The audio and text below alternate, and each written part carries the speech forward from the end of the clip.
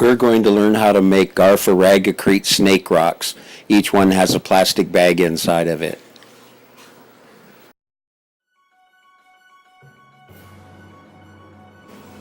Welcome to garf.org Rock Talk.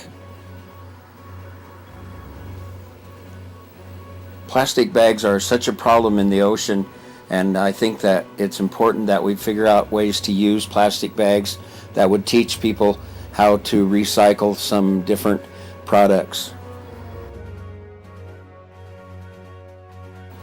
Discarded plastic bags can be a killer when they're in the ocean and something gets trapped in them.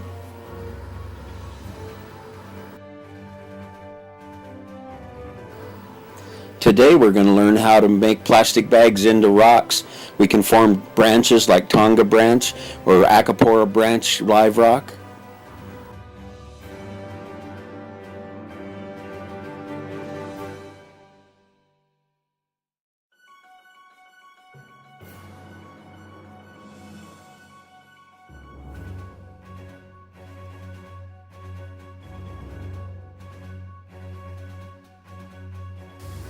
There is always a demand for unique live rocks.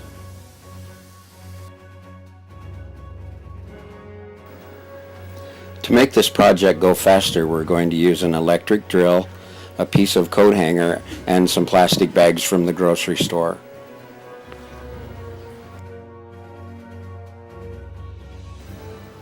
We are going to make a L-shaped hook out of our piece of coat hanger so that we can put the bag over that and then slowly twist the bag into a rope. It's important to have a square hook because it's too hard to get the plastic bag off of a round hook like a fishing hook. The square hook holds it just fine. We will twist the bags into snakes and like plastic rope, and then we will coat the bags with cement to hold them in shape, and then we'll create new shapes and branches by creating our own Aragacrete sculptures in a box of Carib Sea gravel. This is a really fun project for kids to do because it's something that they can get in and get a little bit dirty but have some fun, and then later they'll have their very own rock in their tank. It's always good to be able to say I grew this myself. It didn't come from the ocean.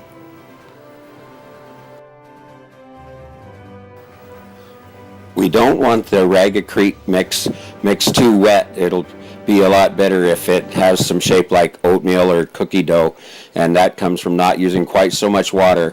And then the shape will hold up better when you put it around the plastic and build it up around the edges of the rocks to create a round rock.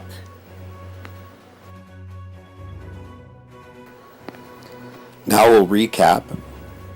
You use your white Aragacrete mix that comes in a white powder with your Carib Sea gravel. We use 1 part of Aragacrete mix for each 6 parts of the Carib Sea substrate. Then we mix it with water until it's very lightly dampened. You don't want to get it wet to start with. Just add a little water at a time while you're stirring it into the thickness of oatmeal or cookie dough.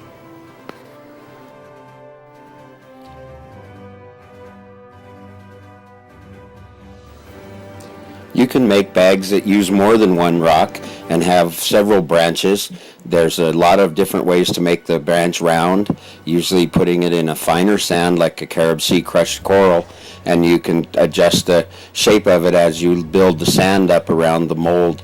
And so you can have almost pure round bags like coral branches, but I like to make branches that are flatter on the top and that hold corals very well. So you can flatten the branches out by adding seashells to the edge of your snake rock.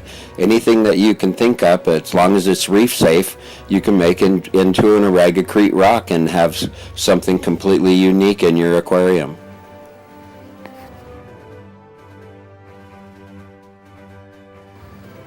You don't have to make your rocks square. They can be round. You can make donut hole shapes. You can make letters. And then when you're ready to set them up in the reef, you can set them on the side, and it makes a shelf, and it looks great because you can put your corals on top of your shelf, The rocks don't have to be up and down, they can be sideways, and then there's lots of room for the water to flow through them and for fish and your creatures to have a good place to hide and come in and look at you.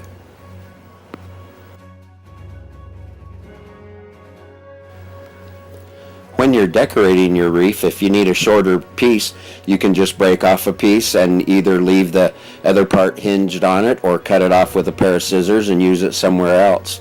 You'll notice that the coralline grows very rapidly onto the plastic, and I believe that all of the spaces inside the plastic gives us a great denitrifying area that's low in oxygen, and the water can move through it, and there's surface area for the bacteria.